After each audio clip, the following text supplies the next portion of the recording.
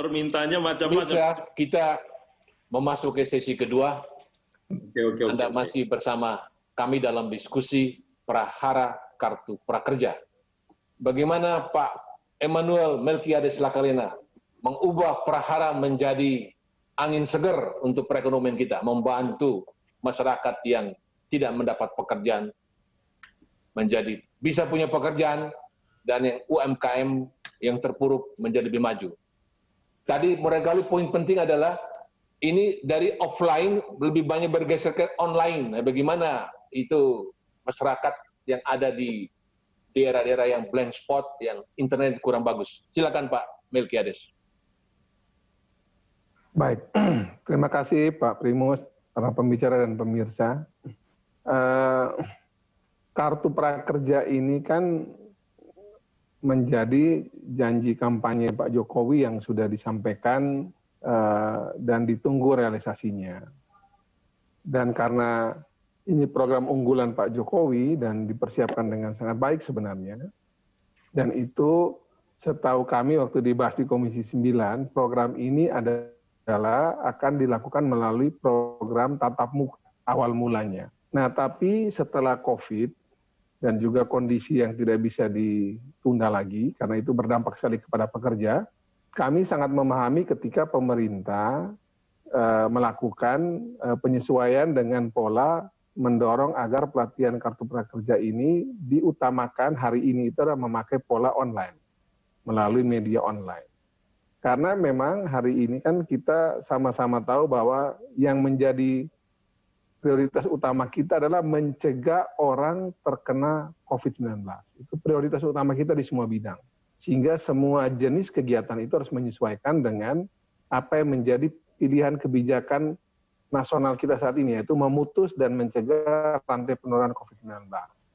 Khusus prakerja, cara yang paling mungkin dilakukan dalam kondisi ini adalah melalui pola yang namanya online. Primus dan para pembicara yang lain. Ya, ini memang masyarakat kita ya terkait dengan misalnya bagaimana penentuan 8 platform digital ini. Ternyata kalau kami pernah waktu itu ngobrol dengan pihak PMO, ternyata memang awalnya bukan 8, tapi lebih dari 8. Tapi kemudian yang betul-betul siap itu cuma 8 ini aja yang betul-betul siap, karena tadi dibilang oleh Pak Karnia itu adalah kan harus cepat ya, harus segera dilaksanakan. Halo Pak Melki. Hilang Pak. Halo Pak. Sinyalnya kurang. Ya, pemirsa, kita masih menunggu sinyalnya Pak Melki. Kita ke ya, Pak. 8 ini yang dianggap paling siap. Kemudian ini semuanya itu ada instruktur yang ada orang yang melatih untuk kemudian orang bisa punya pengalaman, pengetahuan, keterampilan, hingga bisa memahami jenis pelatihan yang akan dia kerjakan. Tentu sekali lagi kualitas pelatihnya itu bisa diperdebatkan, tapi bahwa di situ ada pelatihnya, sehingga bagi orang-orang yang mahir seperti Agustinus kemarin yang sudah sangat jago jurnalis, ya kalau dia coba-coba kan tentu berbeda dengan yang masih pemula. Nah, yang ketiga juga misalnya terkait dengan apakah pelatihan ini yang tadi dibilang Pak Primus itu juga untuk daerah di luar Jawa dengan akses internet yang terbatas, bagaimana cara mereka bisa menggunakan. Ternyata lulus dari luar Jawa itu sebagian diantaranya mengikuti ini yang kami sudah cek itu, mereka mensiasati dengan cara menggunakan akses pemerintah yang memang itu ada jaringan internetnya atau dibantu oleh jaringan pemerintah, baik itu oleh Disnaker, Perindak, ataupun ada beberapa dinas yang memang ditugaskan untuk membantu pelaksanaan program ini di daerah. Jadi itu dibantu oleh pemerintah juga. Jadi pemerintah membantu agar artinya terjangkau, Pak Melki.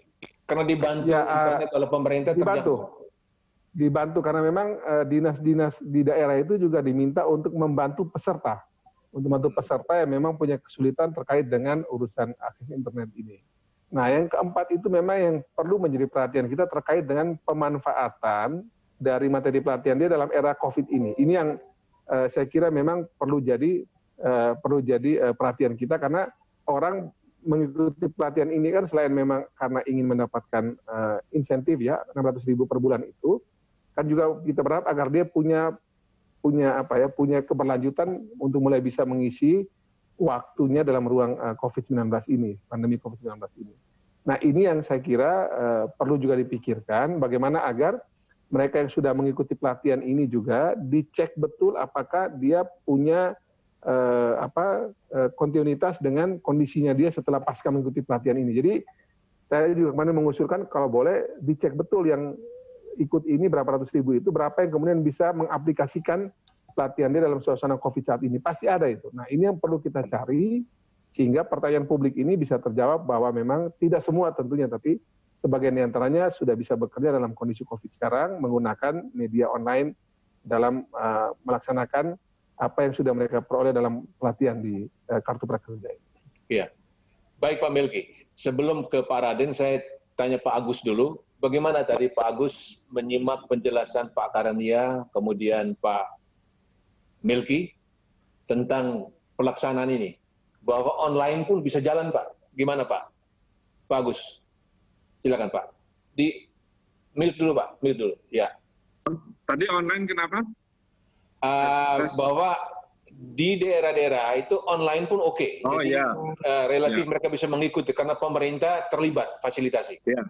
Ya, begini, memang kan saya setuju ini program bagus gitu ya. Memang kan karena cepat terburu-buru lalu tidak jelas ininya, semua orang heran gitu ya. Nah, tadi sudah dijelaskan bagaimana keterlibatan gateway atau AFO dalam hal ini, dan itu buat saya sih saya tahu ininya. Tapi kan ini yang dijadikan permasalahan adalah vendor-vendor yang memberikan pelajaran itu.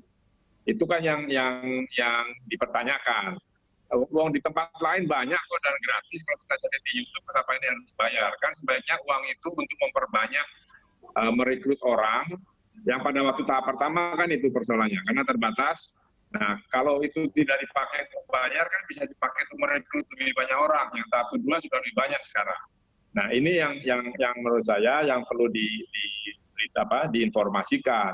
Nah persoalan jaringan memang betul, jangankan di daerah terpencil, di Jakarta pun kan di rumah saya ini kan saya kebetulan